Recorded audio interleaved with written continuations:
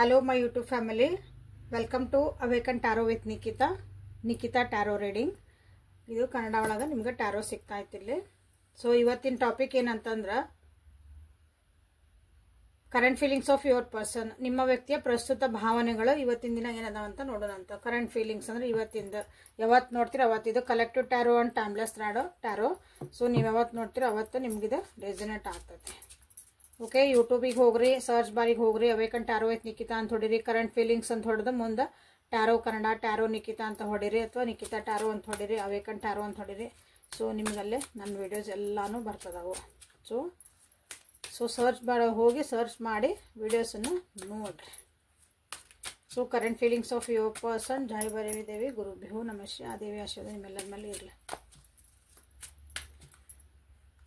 Current feelings of your person ಮೊನ್ನೆನೇ ಆವಾಗ ಬಂದಿತ್ತು ಅನಿಸುತ್ತಿದೆ. 2 of Cups, good. 3 of Pentacles, very good. Knight of Pentacles, good.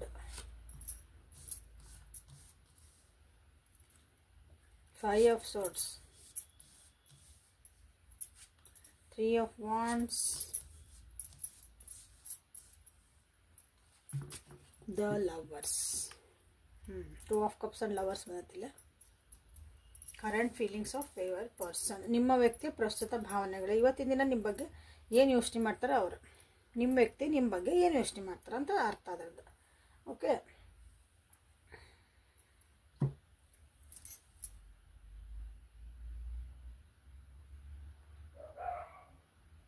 ಭಾಳ negative ಆಗಿ ಯೋಚನೆ ಮಾಡ್ತಿದ್ರು. ಭಾಳ ಯೋಚನೆಗಳು ಏನೇನೋ ಬರ್ತಿದ್ವು ತಲೆಯಾಗ ನಿಮ್ಮ ಬಗ್ಗೆ, ನೆಗೆಟಿವ್ ಆಗಿ, ಅಥವಾ ಎಲ್ಲರೂ ಏನೇನೋ ಹೇಳಿದ್ದೆಲ್ಲ ಕೇಳಿ ನಿಮ್ಮ ಬಗ್ಗೆ ಒಂದು ಒಪಿನಿಯನಿಗೆ ಅವ್ರಿಗೆ ಬರೋಕೆ, ಅಥವಾ ನಿಮ್ಮ ಮ್ಯಾಲೆ ಒಂದು ಭರವಸೆ ನಿಮ್ಮ ಮ್ಯಾಲೆ ತೊಗೋಬೇಕು ಅವ್ರು. ಅಂದ್ರೆ ನೀವು ಬೇಕು ಅವ್ರ ಜೀವನಕ್ಕೆ, ಈ ವ್ಯಕ್ತಿ ನನಗೆ ಒಳ್ಳೆಯರು, ಈ ವ್ಯಕ್ತಿ ಜೊತೆ ನಾ ಹೋಗ್ಬೋದು ಅಂತ ಅವರಿಗೆ ನಿಮ್ಮ ಜೊತೆಗೆ ಒಂದು ಡಿಸಿಷನ್ ತೊಗೊಳಕನ ಭಾಳ ಕಷ್ಟ ಆಗಕತ್ತೈತಿ ಇಲ್ಲಿ ಕೆಲವೊಬ್ಬರಿಗೆ. ಅಥವಾ ನಿಮ್ಮ ಬಗ್ಗೆನೂ ಒಂದು ಪ್ರೀತಿ ಐತಿ, ಇಲ್ಲ ಅನ್ನಂಗಿಲ್ಲ, ಭಾಳ ಪ್ರೀತಿ ಐತಿ ನಿಮ್ಮ ಬಗ್ಗೆ. ಬಟ್ ಅದಕ್ಕೆ ಡಿಸಿಷನ್ ಮೇಕಿಂಗಿಗೆ ಭಾಳ ಕನ್ಫ್ಯೂಸ್ ಆಗ್ತದಾರ ನಿಮ್ಮ ವ್ಯಕ್ತಿ. ಸೊ ಮೊನ್ನೆ ಯಾವುದೋ ಒಂದು ರೀಡಿಂಗ್ ಒಳಗೆ ಇದೇ ಟೈಪ್ ಒಂದು ಕನ್ಫ್ಯೂಷನ್ದು ಬಂದೈತಿ, ನೋಡ್ರಿ, ಚೆಕ್ ಮಾಡಿರಿ.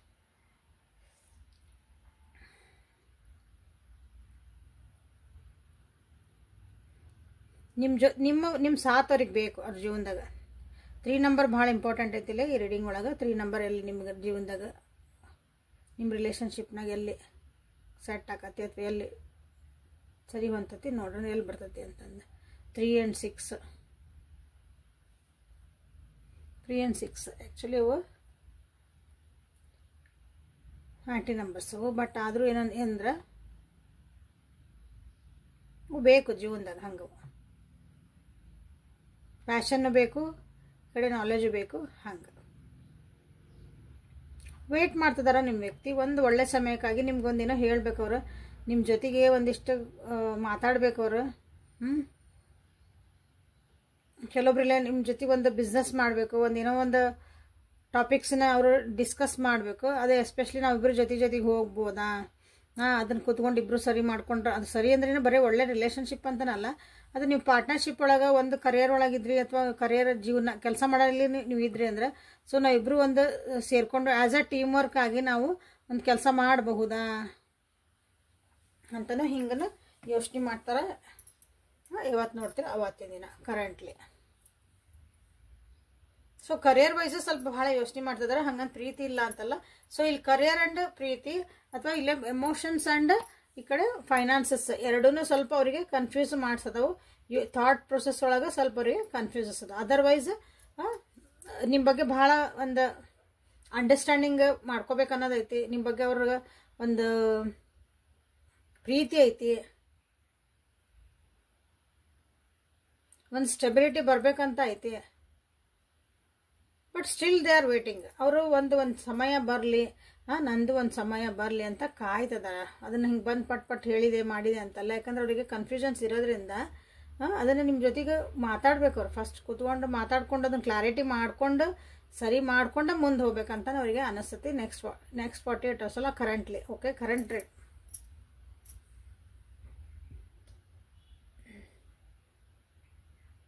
ಮ್ಯಾಕ್ಸಿಮಮ್ 6 ಡೇಸ್ ಮಟ್ಟ ನಿಮ್ಗೆ ಇದು ರೆಸನೆಂಟ್ ಆಗ್ಬೋದು. ಅಂದ್ರೆ ಇವತ್ತು ನೋಡೇನ್ರಿ ನಾಳೆ ನನಗೆ ಏನೋ ಹಿಂಗೆ ಅನ್ಸಿಲ್ರಿ ಅನ್ಬೋದು. ಮ್ಯಾಕ್ಸಿಮಮ್ 6 ಡೇಸ್ ಮಟ್ಟ ನೀವು ಎನರ್ಜೀಸ್ ನಿಮಗೆ ಕಾಣಬಹುದು ನಿಮ್ಮ ಈ ರಿಲೇಷನ್ಶಿಪ್ ಒಳಗೆ. ಯಾರ ವ್ಯಕ್ತಿ ಬಗ್ಗೆ ನೋಡ್ತಿದ್ದೀರಲ್ಲ ಆ ವ್ಯಕ್ತಿ ಬಗ್ಗೆ.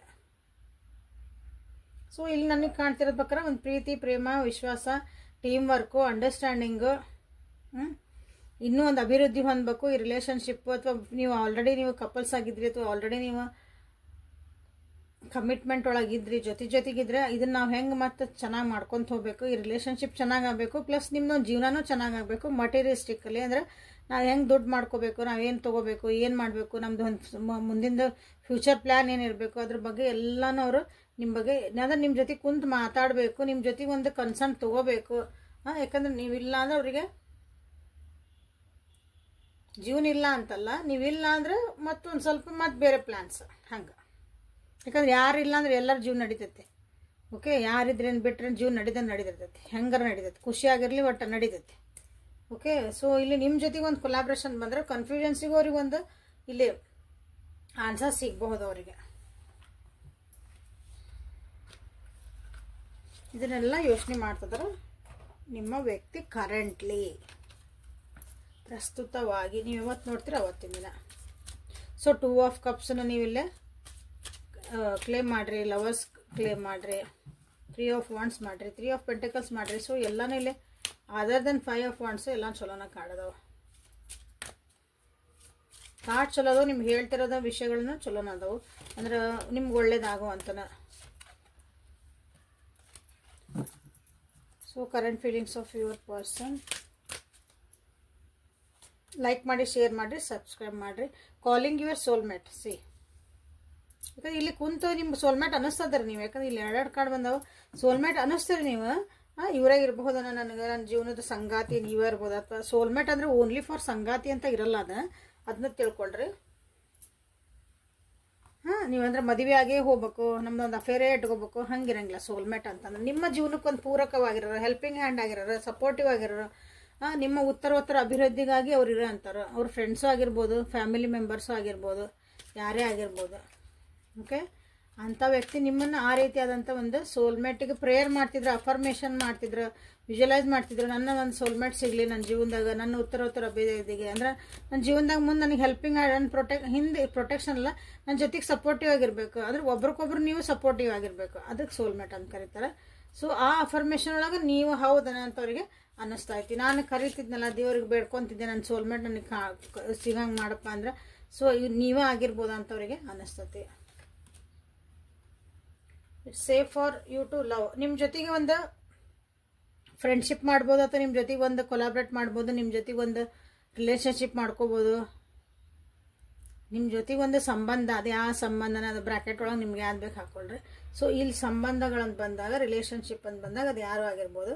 ಸೊ ಇದನ್ನ ಇಲ್ಲಿ ಸೇಫ್ ಆಗಿ ಈ ವ್ಯಕ್ತಿ ಜೊತೆಗೆ ಹೋಗಬಹುದು ಅಂತನವರಿಗೆ ಅನ್ನಿಸ್ತತಿ. ನೆಕ್ಸ್ಟ್ ಈಗ ಯಾವಾಗ ನೋಡ್ತೀರ ಅವತ್ತಿನ ದಿನ ಕರೆಂಟ್ಲಿ. ಸೊ ಎಂಗೇಜ್ಮೆಂಟ್ ಮಾಡ್ಕೋಬೇಕಂದ್ರೆ ನಿಮ್ಮ ವ್ಯಕ್ತಿಗೆ ಅನ್ನಿಸ್ತಾ ಐತಿ. ಎಂಗೇಜ್ಮೆಂಟ್ ಮಾಡ್ಕೋಬೇಕಂದ್ರೆ ಅರ್ಥ ಏನ, ನಿಮ್ಮ ಜೊತೆಗೆ ಅಗ್ರಿಮೆಂಟ್ ಮಾಡ್ಕೊತಾರಲ್ಲ, ಎಸ್ ಐ ವಿಲ್ ಮೂವ್. ಈ ನಿಮ್ಮ ಜೊತೆ ನಾ ಇದನ್ನ ಕೊಲಾಬ್ರೇಟ್ ಮಾಡ್ತೀನಿ, ನಾನು ನಿಮ್ಮ ಜೊತೆಗೆ ಮಾತಾಡ್ತೀನಿ, ನೀವು ಈ ಫ್ರೆಂಡ್ಶಿಪ್ನ ಆಕ್ಸೆಪ್ಟ್ ಮಾಡ್ಕೊತೀನಿ, ಹಂಗೆ ಅದಕ್ಕೂ ಎಂಗೇಜ್ಮೆಂಟ್. ಹೌದಾ, ಎಂಗೇಜ್ಮೆಂಟ್ ರಿಂಗ್ ಹಾಕ್ಕೊಂಡು ಮದುವೆ ಮಾಡ್ಕೊಂಡು ಒಂದೇ ಎಂಗೇಜ್ಮೆಂಟ್ ಇರೋಂಗಿಲ್ಲ. ಓಕೆ, ಯಾಕಂದರೆ ಎಲ್ಲ ರಿಲೇಷನ್ಶಿಪ್ಗೂ ಡಿಫ್ರೆಂಟ್ ಇರ್ತಾವೆ. ಸೊ ಆ ರೀತಿ ತೊಗೊಳ್ರಿ ನೀವು ಎಂಗೇಜ್ಮೆಂಟ್. ಮದುವೆನ ಮಾಡ್ಕೊಬೇಕು ಆ ರಿಲೇಷನ್ಶಿಪ್ನಾಗಿದ್ರೆ ಎಸ್ ಎಂಗೇಜ್ಮೆಂಟ್ ಮಾಡ್ಕೊಂಡು I will be with this person ಅನ್ನಂಗೆ ಅವ್ರು ನಿಮ್ಗೊಂದು ಕನ್ಫರ್ಮೇಷನ್ ಮಾಡ್ಕೋಬೋದು. ಇಲ್ಲ ಒಂದು ಕೊಲಾಬ್ರೇಷನ್, ಯಾಕಂದ್ರೆ ಬಂದಿರೋದ್ರಿಂದ ಕೊಲಾಬ್ರೇಷನ್ ಮಾಡ್ಕೊಂಡು ನಮ್ಮ ಮುಂದೆ ಹೇಳಾಗಿದೆ ಬಿಸ್ನೆಸ್ ಒಳಗೆ ನಾವು ಚೆನ್ನಾಗಿ ಮಾಡೋಣ, ಕೆಲಸ ಇಬ್ಬರು ಸೇರ್ ಮಾಡ್ಕೊಳೋಣ, ಇಬ್ಬರಿಗೂ ಒಳ್ಳೇದಾಕತಿ ಹಂಗೆ ಅಂದಾಗ. ಸೊ ಆ ರೀತಿನೇ ಒಂದು ಎಂಗೇಜ್ ಆಗಿ ಒಂದು ಅಗ್ರಿಮೆಂಟ್ ಅಂತ ಮಾಡ್ಕೊಂತಲ್ಲ ಅದು. ಬಟ್ ಅದೇ ಹೇಳಿದ ಇಲ್ಲಿ ಒಂದೇ ಒಂದು ಕಡೆ 5 ಆಫ್ ಸೋರ್ಸ್ ಬರೋದೇ ಇಲ್ಲಿ ನೋಡ್ರಿ. ಪೇ ಅಟೆನ್ಷನ್, ರೆಡ್ ಫ್ಲಾಗ್ಸ್ ಬಂತು. ಯಾಕೆ ಮತ್ತು ಅದ್ರಾಗ ಏನು ಸರಿಗಳು, ಏನು ತಪ್ಪುಗಳು, ಮತ್ತು ಏನಾಗಬಹುದು, ಎತ್ತಾಗ್ಬೋದು, ರೆಡ್ ಫ್ಲಾಗ್ಸ್ ಅಂತ ಹೇಳ್ತವಲ್ಲ, ಕೆಲವು ಎಲ್ಲನೂ ಸರಿನೇ ಇರೋಂಗಿಲ್ಲ ಅದಕ್ಕೆ. ಏನೇ ಒಂದು ನಾವು ಬಿಸ್ನೆಸ್ ಒಂದು ಸೈನ್ ಮಾಡೋ ಮುಂದೆ ಇದ್ರದ್ದು ಅಡ್ವರ್ಸ್ ಎಫೆಕ್ಟ್ ಏನಂತ ವಿಚಾರ ಮಾಡ್ತೀವಲ್ಲ, ಹಂಗೆ ಆ ರೆಡ್ ಫ್ಲಾಗ್ಸ್ ಬಗ್ಗೆನೂ ಅವರು ವಿಚಾರ ಮಾಡ್ತಿದ್ದಾರೆ ಕರೆಂಟ್ಲಿ. ಓಕೆ, ಸಾಕಿದೆ. ಕ್ಲಿಯರ್ ಅಂದರೆ ಕ್ಲಿಯರ್ ಐತಿ. ಸೊ ಎಂಗೇಜ್ಮೆಂಟ್ ಅಂತ ನೀವು ಮಾಡಿರಿ, ಸೋಲ್ಮೇಟ್ ಅಂತ ಮಾಡಿರಿ.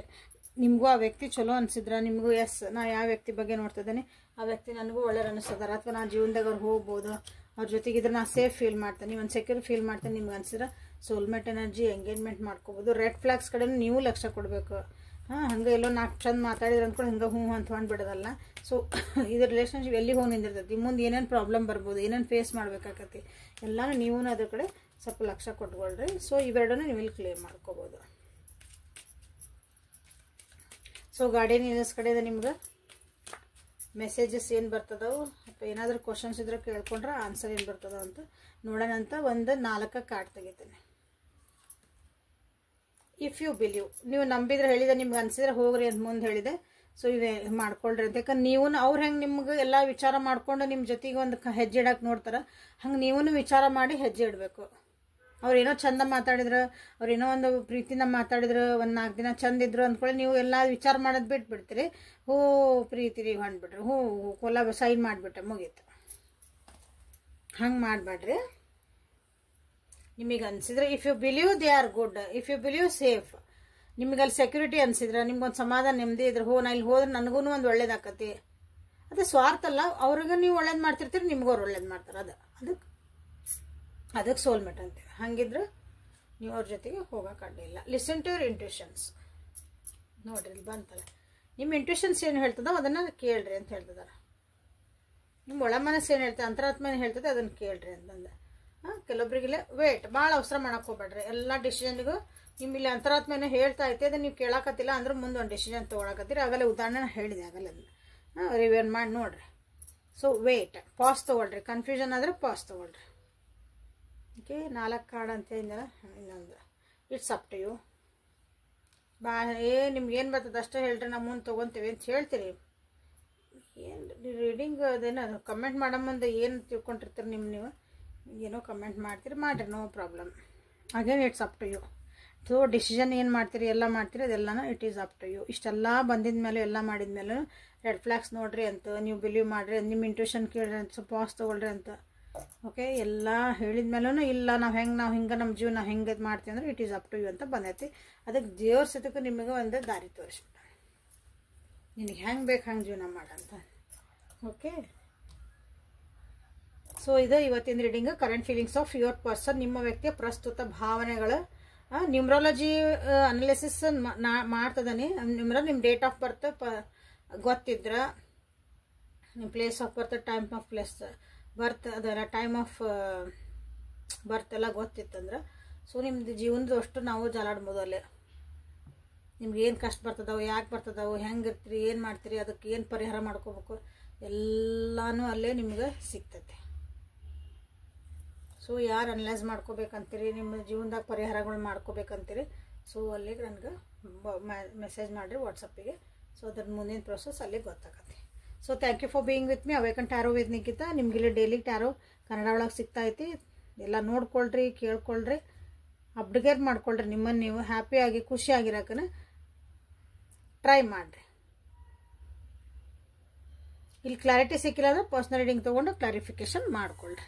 ಓಕೆ, ಸೊ ನಾಳೆ ಮತ್ತೆ ಹೊಸ ರೀಡಿಂಗ್ ಜೊತೆಗೆ ನಿಮ್ಮನ್ನು ಭೇಟಿ ಹಾಕನೆ. ಅಲ್ಲಿವರೆಗೂ take care of yourself and be happy always. Thank you.